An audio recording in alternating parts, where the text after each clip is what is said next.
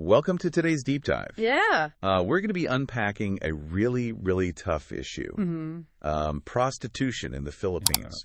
We often hear about, the country's beautiful beaches, amazing culture. Absolutely. But there's this darker side that many people never see. It's a stark contrast, and it makes it an important topic to explore. Absolutely. Yeah. For this deep dive, we'll be drawing our insights from a single source. Okay.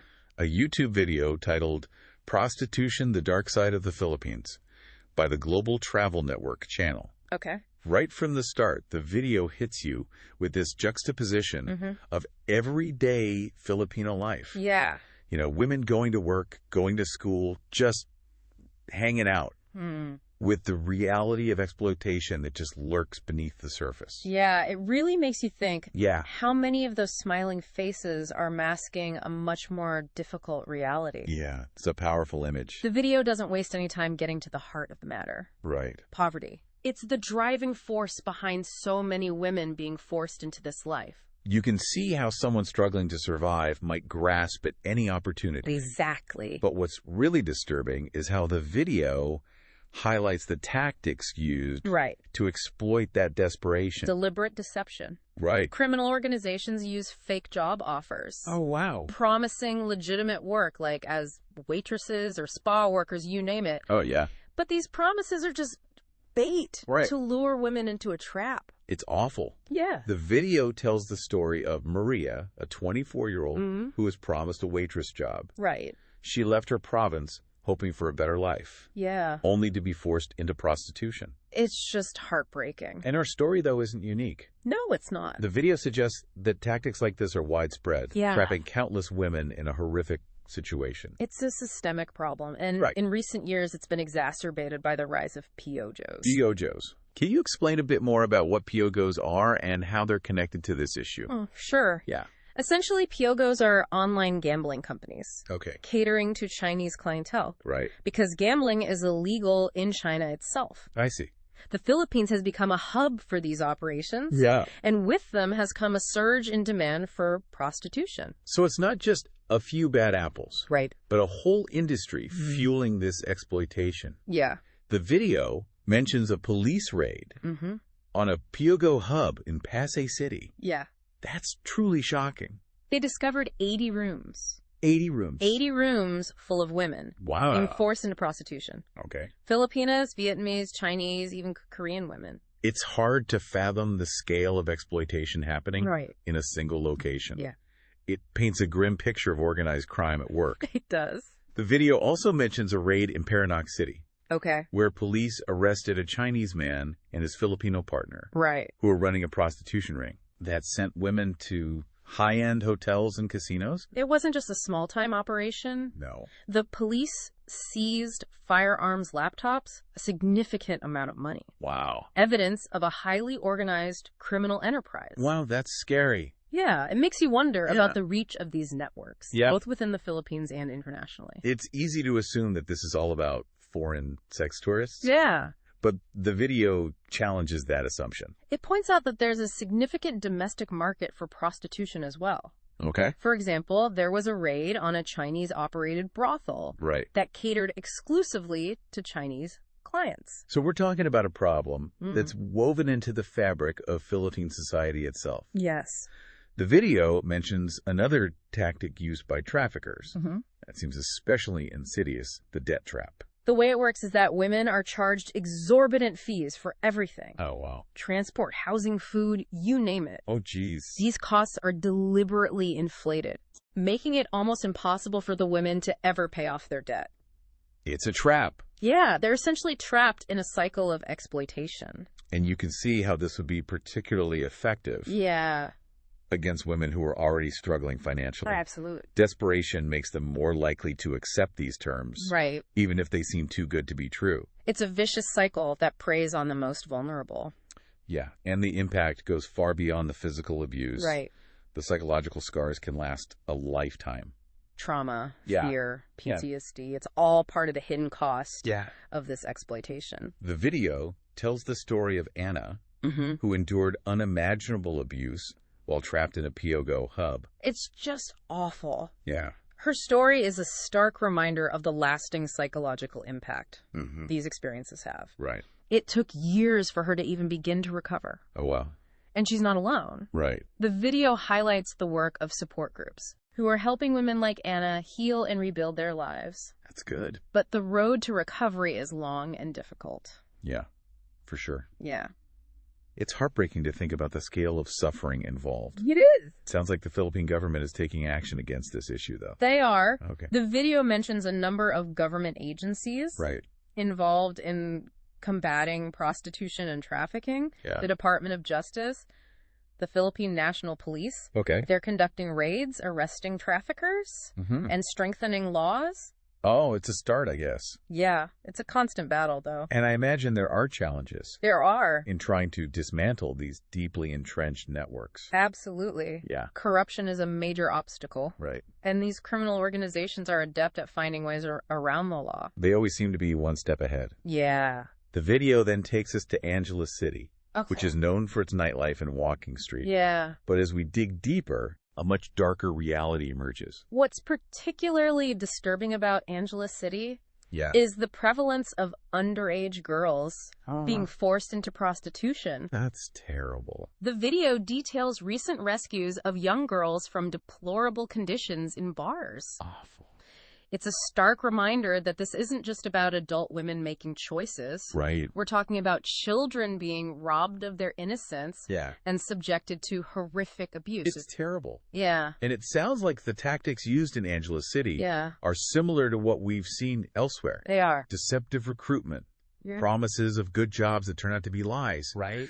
And that relentless pressure of debt bondage. It underscores that this is a systemic problem with disturbingly similar patterns of exploitation playing out across the Philippines. So far, we've seen how poverty, deception, and organized crime are all intertwined with this issue of prostitution in the Philippines. Yeah. It's a truly complex problem with no easy solutions. It certainly is. Yeah. And as we continue our deep dive, we'll explore some of the potential solutions being pursued, as well as the responsibilities we all share in addressing this issue. Sounds good. Yeah. It's overwhelming to think about the scale of this issue. Yeah. Where do we even begin to address something so deeply entrenched? You're right. It can feel daunting. Yeah. But the video does highlight some of the work being done to combat sex trafficking in the Philippines. Okay. And importantly, it emphasizes the need to move beyond simplistic solutions. Okay. Rescuing victims is essential, of course. Right.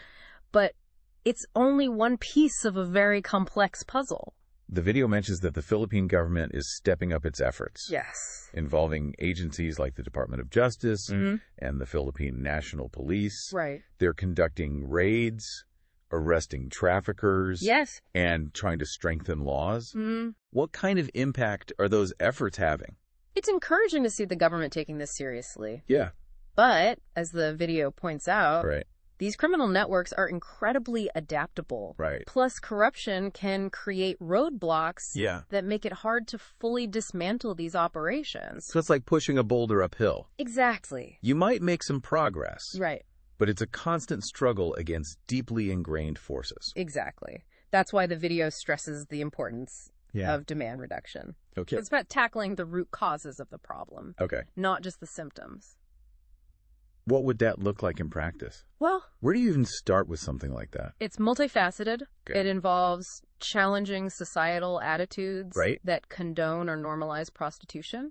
Okay. It also means educating people, especially potential clients, about the harms of sex trafficking and the realities of the industry. Okay. And, of course, addressing the economic disparities that make women vulnerable to exploitation in the first place. That sounds like a monumental task. It is. Requiring a huge collective effort. Absolutely. It's not something that any one group can solve on their own. Right. Governments, NGOs, community, individuals. Yeah. We all have a role to play. The video mentioned ethical tourism. Yeah. Can you talk a little more about how the tourism industry fits into all of this?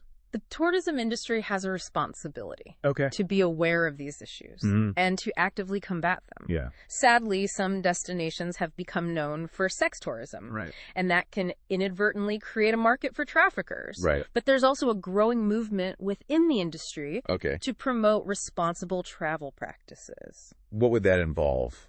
specifically? What can tourists do to be more responsible? Well, for starters, being informed. Okay. Tourists need to be educated about the signs of human trafficking. Right. For example, recognizing the red flags of exploitation, like girls being too young to be in certain establishments. Right. If something seems off-report, don't be afraid to speak up. So it's about going beyond just enjoying the sights and sounds. Right. And actually engaging with the realities of the place you're visiting. Yeah, and there's more to it than just individual tourists being aware. Yeah.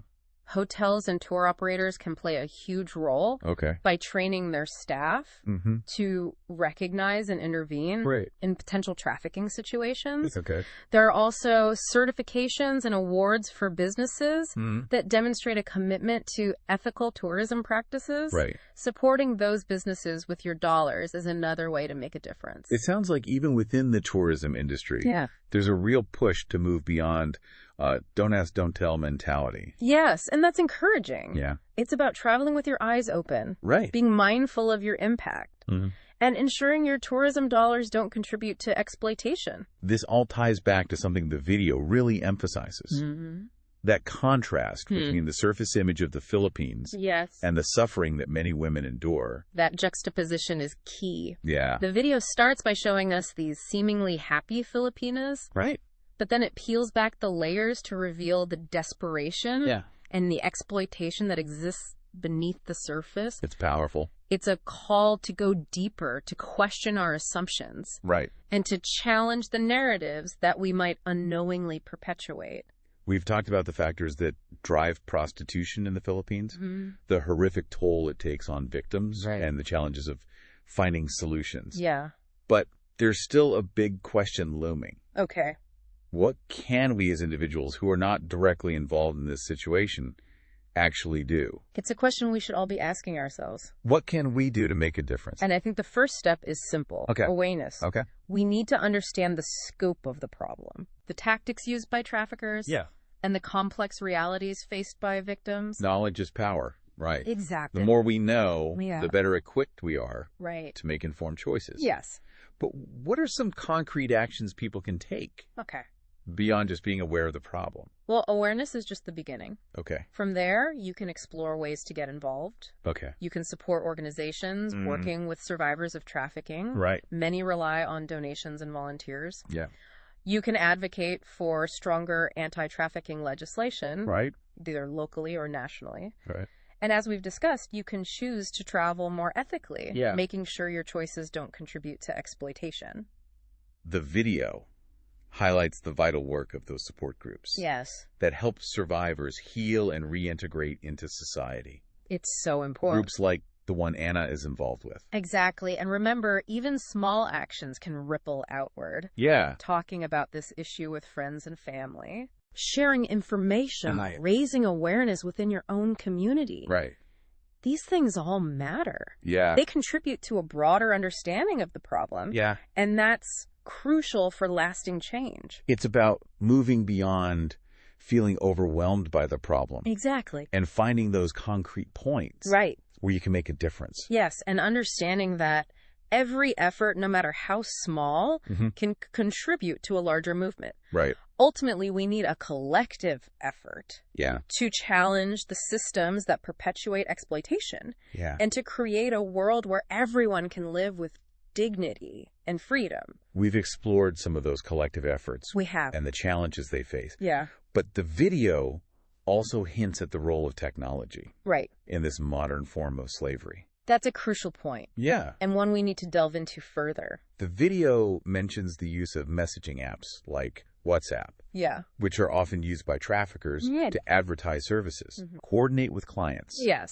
And even communicate with victims. It's chilling to think about how easily technology can be used to exploit vulnerable people. Yeah, the anonymity and encryption offered by these apps makes it incredibly difficult for law enforcement. It does. To track and intercept these communications. It's a constant game of cat and mouse with criminals always trying to stay one step ahead. And it's not just messaging apps. No. Social media platforms are also used for recruitment. Yes. Traffickers create fake profiles posing as potential employers to lure unsuspecting victims. It's scared. So the same tools that connect us and empower us can also be used to harm and exploit. Right. It really is a double-edged sword. It is, and that's why